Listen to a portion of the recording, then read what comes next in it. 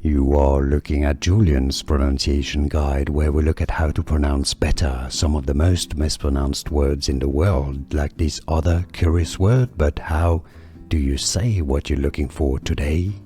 We are looking at how to pronounce this word, as well as how to say more confusing vocabulary, so make sure to stay tuned to the channel. In British English it is said as words, words.